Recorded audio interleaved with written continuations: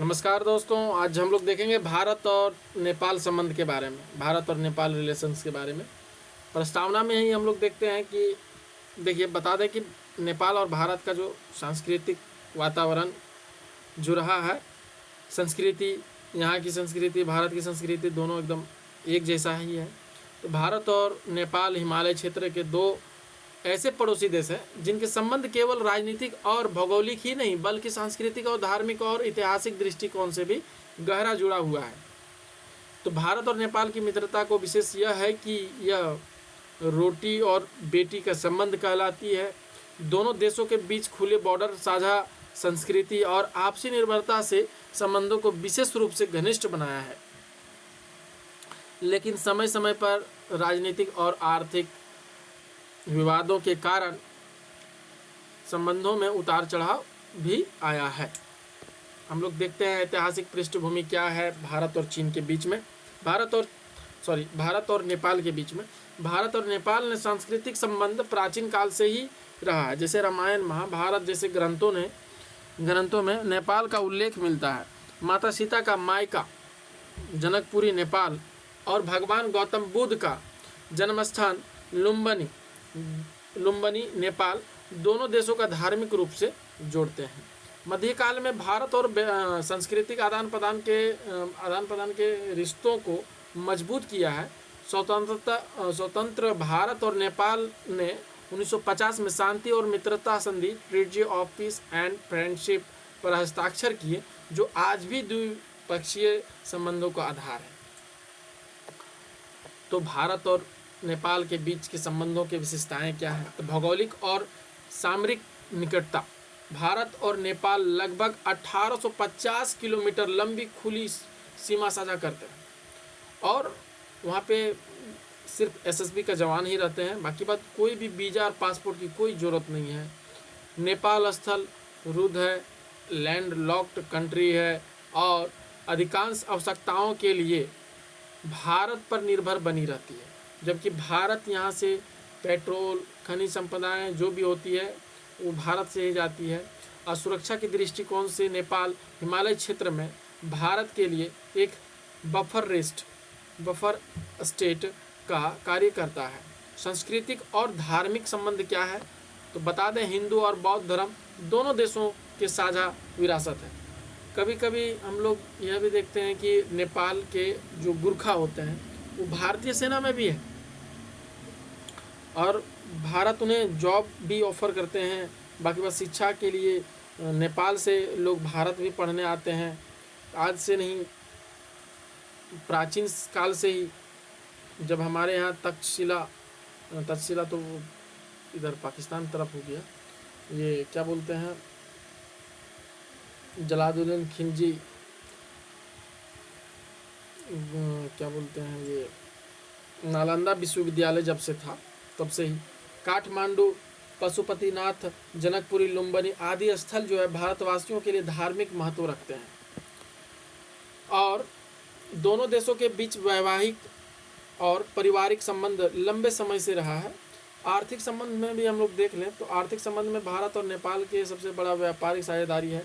नेपाल ने आयात लगभग 65% निर्यात 70% भारत के साथ होता है। और भारतीय निवेश, ऊर्जा परियोजना और परिवहन सेवाएं नेपाल की अर्थव्यवस्था में महत्वपूर्ण भूमिका निभाती है। यहाँ से ऊर्जा परियोजनाएं, जो भी बस गाड़ी होती है, ये महत्वपूर्ण निभाती है। भारत और नेपाल के खुली होने के कारण दोनों देशों के नागरिक के बीच कोई भी वीज़ा पासपोर्ट का आ जा सकता है बिना वीज़ा पासपोर्ट का। सुरक्षा व सैन्य संबंध क्या है? दोनों देशों के बीच रक्षा सहयोग परंपरागत रूप से मजबूत रहा है और भारतीय सेना और नेपाली सेना के बीच आपसी प्रशिक्षण व सहयोग होता है। गोरखा सैनिक लंबे समय से भारतीय सेना का हिस्सा रहा है और उसकी वीरता विश्व प्रसिद्ध है।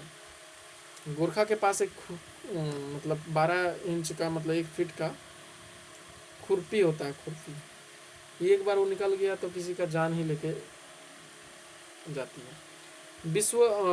हम लोग देखते हैं प्रमुख चुनौतियां और विवाद क्या है। संधि विवाद। 1950 की शांति और मित्रता की संधि।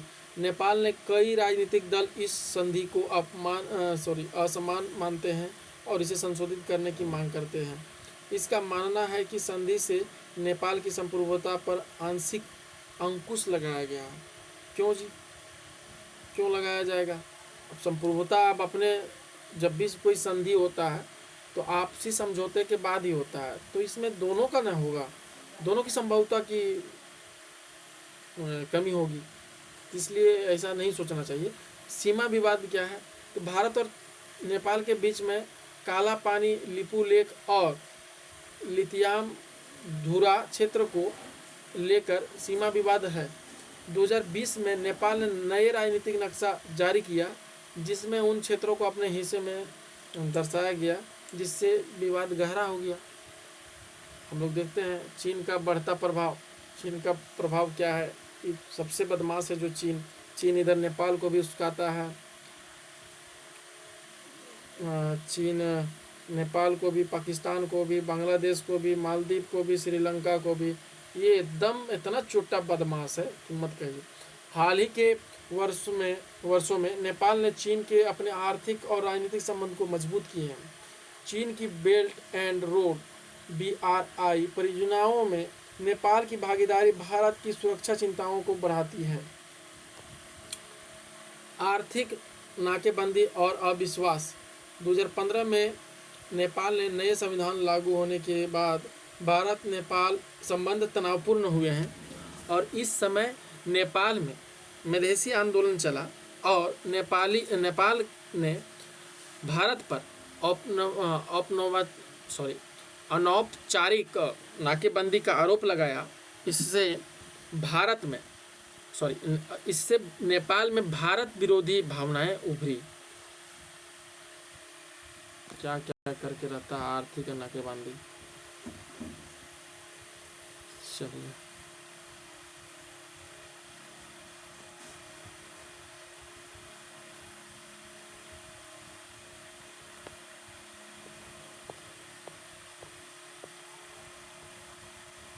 आर्थिक संबंध के बारे में हम लोग देख लिए थे। इधर आगे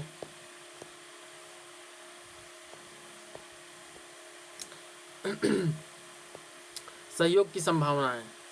ऊर्जा सहयोग क्या है? नेपाल का जलीय विद्युत उत्पादन की अपार क्षमता रखता है, नेपाल के पास है। जो आज हम लोग देखते हैं, जो बिहार का जो बाढ़ है वो इन्हीं के कारण होता है थोड़ा सा, क्योंकि ये हिमालय क्षेत्र है तो वहाँ पे पानी की परिपूर्ण है और भारत और नेपाल मिलकर एक ऊर्जा में सहयोग कर सकते हैं, लेकिन दोनों का लाभ होगा, लेकिन ऐसा नहीं करते हैं। व्यापार और निवेश देखिए, नेपाल भारत के लिए एक महत्वपूर्ण बाजार है। नेपाल जो है भारत के लिए एक महत्वपूर्ण बाजार है और भारत के लिए एक मुख्य आपूर्तिकर्ता है। मुक्त व्यापार, परिवहन, लॉजिस्टिक क्षेत्र में सहयोग बढ़ाने की संभावना है। क्षेत्रीय सहयोग क्या है? दोनों देश सार्क और बिम्स्टेक और अन्य क्षेत्रीय संगठनों के सदस्य हैं। लोग से लोग संपर्क। दोनों देशों के बीच शिक्षा, स्वास्थ्य, पर्यटन और सांस्कृतिक क्षेत्र में सहयोग संबंधों को और प्रगाढ़ कर सकता है। तीर्थ यात्रा जैसे रामायण सर्किट और धार्मिक पर्यटन द्विपक्षीय रिश्ताओं को मजबूत करेंगे। उपसंहार में हम लोग देख लेते हैं कि भारत नेपाल संबंध गहरे सांस्कृतिक, ऐतिहासिक और भौगोलिक रिश्तों पर आधारित है। यद्यपि सीमा विवाद, चीन का प्रभाव और राजनीतिक मतभेद संबंधों में चुनौतियां उत्पन्न करते हैं, फिर भी दोनों देशों के बीच आपसी निकटता, निर्भरता इतनी मजबूत है कि वे अस्थायी शत्रु नहीं हो सकते हैं। भविष्य में भारत और नेपाल यदि आपसी विश्वास और पारदर्शिता के साथ सहयोग बढ़ाते हैं तो न केवल दोनों देशों बल्कि पूरे दक्षिण एशिया के लिए स्थिरता और विकास का मार्ग प्रशस्त होगा। अब मिलते हैं हम लोग नेक्स्ट टॉपिक पर, तब तक के लिए जय हिंद, जय भारत।